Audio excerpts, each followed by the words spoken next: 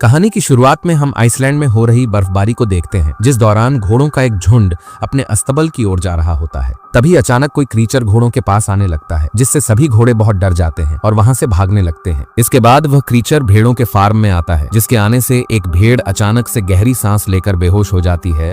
तभी क्रीचर वहां से चला जाता है। यह फार्म इंगवर और मारिया नाम के दो कपल का था, जो कि आइसलैंड के पहाड़ों में शांति से रहते थे। दरअसल उनके बच्चे नहीं थे, इसलिए वह बहुत अकेला महसूस करते थे। खैर, दोनों अपना परिवार चलाने के लिए भेड़ों की देखभाल के साथ साथ सब्जियों की खेती करने का काम करते थे। लेकिन यह जगह शहर से काफी दूर थी, जिस वजह से कोई भी यहाँ नहीं आता था और दोनों फार्म में काम करके अपना समय बिताते थे। लेकिन एक शाम मारिया और इंगवर अपनी प्रेग्नेंट भेड़ों की डिलीवरी में मदद करते हुए नजर आते हैं, जहाँ उन्हें मालूम होता है कि बहुत सारी भेड़ों ने बच्चों को जन्म दिया है, जिससे मारिया बहुत खुश थी। लेकिन इंगवर को उनमें ज्यादा दिलचस्पी नहीं थी। दरअसल इतनी सारी भेड़ों को पालने के लिए बहुत ज्यादा खर्चा होता था। एक दिन जब दोनों काम करके आपस में बातें कर रहे थे, तब मारिया इंगवर को अपने ट्रैक्टर में होने वाली प्रॉब्लम्स के बारे में बताती है, जिस पर इंगवर कहता है कि उन्हें अगले सीजन से पहले ट्रैक्टर को ठीक करवाना होगा। तभी भेड़ों के शेड में उनका डॉग भौंकने लगता है, इसलिए उसे देखने के लिए दोनों शेड में आ जाते हैं। यहाँ वो देखते हैं कि डॉग एक प्रेग्नेंट भेड़ को देखकर भौंक रहा था, क्योंकि उस भेड़ का डिलीवरी का समय हो गया था। तब मारिया और इंगवर मिलकर उस भेड़ की डिलीवरी में मदद करते हैं,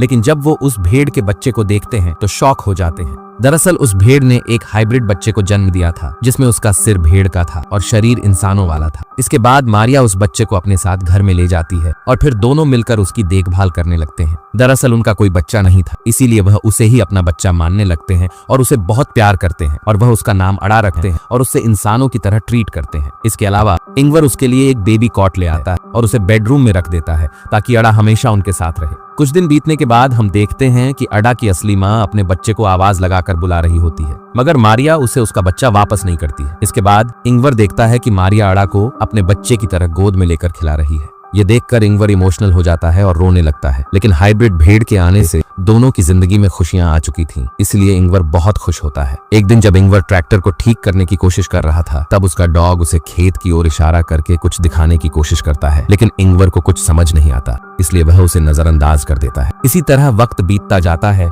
और अड़ा की असली माँ अपने बच्चे की तलाश में घर के पास आकर खड़ी रहती है, मगर मारिया हमेशा उसे घर से दूर कर देती है, जबकि अड़ा विंडो से उसे देखती रहती है। एक सुबह जब मारिया खेत में काम करने के लिए जाती है, तब वह इंगवर से अड़ा की देखभाल करने को कहती है, पर इंगवर काम करने के लिए शेड में चला जाता है और गलती से घर के गेट को खुला छोड़ देता है। जब मारिया घर पर वापस आती है, तो वह इंगवर से अड़ा के बारे में पूछती है, जिस पर इंगवर कहता है कि बाहर जाने से पहले मैंने उसे बेडरूम में सुला दिया था, इसलिए वह अड्डा को देखने बेडरूम में जाती, लेकिन अड्डा बेडरूम में नहीं होती है, जिससे मारिया और इंगवर बहुत डर जाते हैं और घर के चारों तरफ उसे ढूंढने लगते हैं। यहाँ मारिया को बहुत ही टेंशन हो जाती है। तब इंगवर उसे शांत करता है और कहता है कि वह अड़ा को जल्द ही ढूंढ लेंगे। अब वो दोनों अड़ा को अपने पूरे एरिया में खोजने लगते हैं, लेकिन उन्हें कहीं पर भी वह दिखाई नहीं देती है, इसलिए दोनों निराश होकर घर की ओर जाने लगते हैं। तभी उन्हें भेड़ की आवाज सुनाई देती है। मारिया उस आवाज का पीछा करती है और देखती है कि अड़ा की असली माँ अड़ा को अपने साथ बाहर लेकर आई थी। तब मारिया तुरंत उस भेड़ से अड़ा को छीन लेती है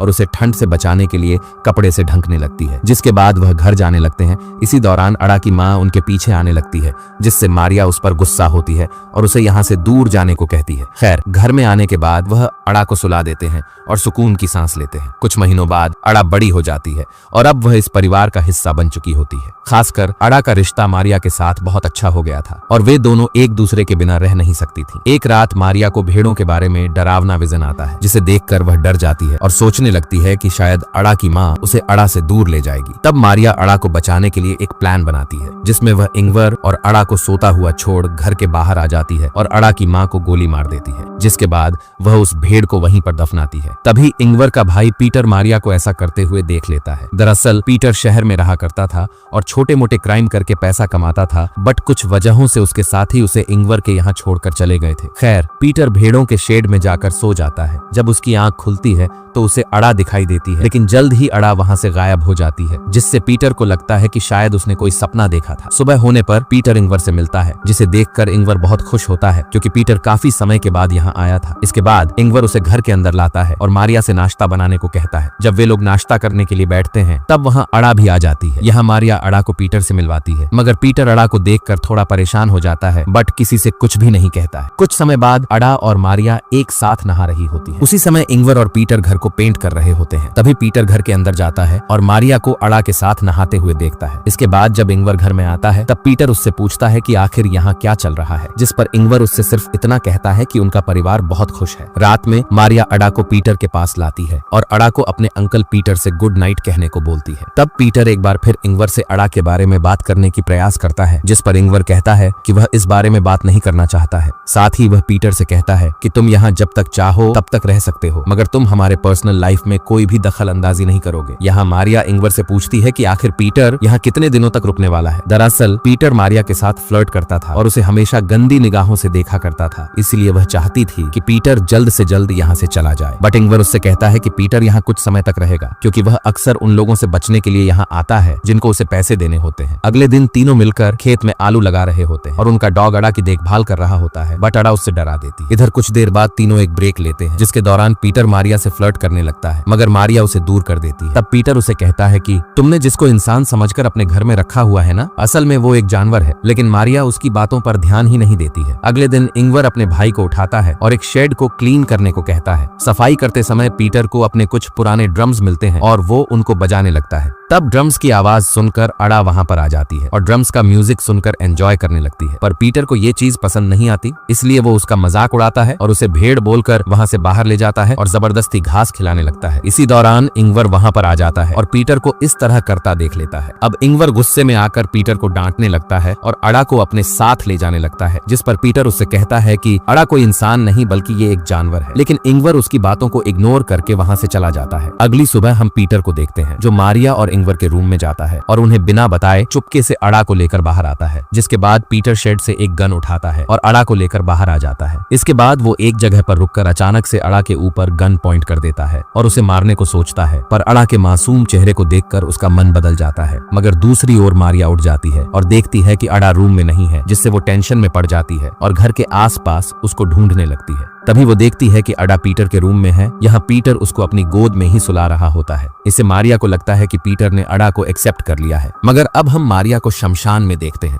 जहां वो एक कब्र के सामने बैठकर प्रे कर रही होती है और हमको पता चलता है कि मारिया और इंगवर की एक बेटी थी जिसका नाम अड़ा था, बट किसी वजह से उनकी बेटी की मौत हो गई, जिससे वो दोनों बहुत अकेले हो गए थे। यही वजह थी कि उन्होंने उस अजीब से भेड़ के बच्चे का नाम अड़ा रखा और वो उसको अपनी बेटी की तरह देखभाल करने लगे। यहाँ पर इंगवर अड़ा को कहानी सुना रहा होता है, जिस दौरान उसको अपनी मरी हुई बेटी की याद आ जाती है और वो बहुत इमोशनल हो जाता है। तब मारिया उसके पास आती है और उसको शांत करने लगती है। दरअसल ये दोनों अपनी बेटी की मौत का जिम्मेदार खुद को ही मानते हैं, जिससे दोनों के बीच काफी दूरियां भी हो गई थीं। बट जब से उन्हें अड़ा मिली थी तब से उन दोनों के बीच की दूरियां खत्म होने लगी थीं, जिससे पीटर भी अब अड़ा को पसंद करने लगा था। अक्सर उसको बाहर टहलाने के लिए वो ले जाया करता था, जिससे अब इंगवर और मारिया खुश होते हैं और उनको अच्छा लगता है कि पीटर ने भी उसको एक्सेप्ट कर लिया है। एक दिन पीटर अड़ा को अपने साथ मछली पकड़ने के लिए ले जाता है। तब वो अड़ा को अपने और इंगवर के बचपन के बारे में बताने लगता है। लेकिन जब वो घर की ओर वापस लौटते हैं तो रास्ते में उनका ट्रैक्टर खराब हो जाता है। यहाँ पीटर ट्रैक्टर को ठीक करने की कोशिश करता है, मगर उसको समझ ही नहीं आता कि ट्रैक्टर में क्या खराबी है, इसीलिए वो ट्रैक्टर को वहीं छोड़ देता है और अड़ा को लेकर घर वापस आ जाता है। जहाँ डिनर करने के बाद वो टीवी में एक गेम देखते हैं, जहाँ पर उनकी टीम हार जाती है, जिससे उनका मूड खराब हो जाता है। इसीलिए मारिया सबका मूड ठीक करने के लिए टीवी पर पीटर का एक पुराना म्यूजिक वीडियो चला देती है, जिससे माहौल फिर से खुशनुमा हो जाता है और सभी झूमने लगते हैं। वे तीनों ड्रिंक का आनंद ले रहे होते हैं। तभी अड़ा बिना किसी को बताए घर के बाहर निकल जाती है। वह बाहर उसी रहस्यमय क्रिएचर को देखती है जो कहानी की शुरुआत में भेड़ों के फार्म में आया था। उसे देखकर अड़ा डर जाती है और तेजी से घर की ओर भागती है।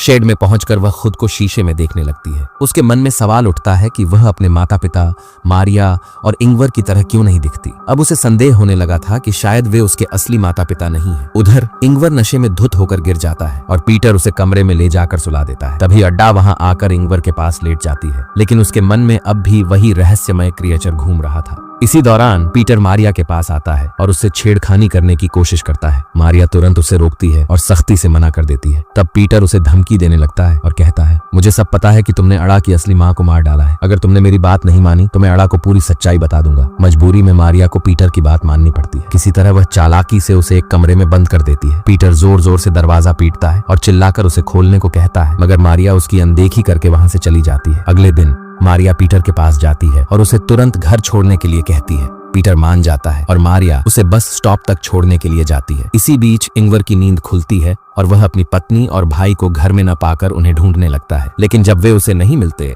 तो वह अड़ा के साथ नाश्ता करता है और फिर अपने ट्रैक्टर को लेने खेतों की ओर चला जाता है। अब मारिया भी घर लौट आई थी और सोच रही थी कि कब वह इंगवर और अड़ा के साथ सुकून से जिंदगी बिता सकेगी। लेकिन घर में उसे इंगवर और अड़ा कहीं नजर नहीं आते। तभी अचानक एक गोली चलने की आवाज गूंजती है, जिससे मारिया बुरी तरह घबरा जाती है और भागते हुए फार्म की तरफ दौड़ पड़ती है। वहां जाकर वह देखती है कि उसी रहस्यमय क्रिएचर ने इंगवर को गोली मार दी है, जिससे उसकी मौत हो चुकी है। वह क्रिएचर भी आधा इंसान और आधा भेड़ था। अब मारिया के पास कुछ भी नहीं बचा था, न तो इंगवर और न ही अड़ा। वह पूरी तरह अकेली रह गई थी और इसी के साथ यह कहानी समाप्त हो जाती है। तो दोस्तों, कैसी लगी आज की यह कहानी आप में कमेंट बॉक्स में कमेंट करके जरूर बताना। मिलते हैं और किसी वीडियो में, तब तक आप अपना ख्याल रखें।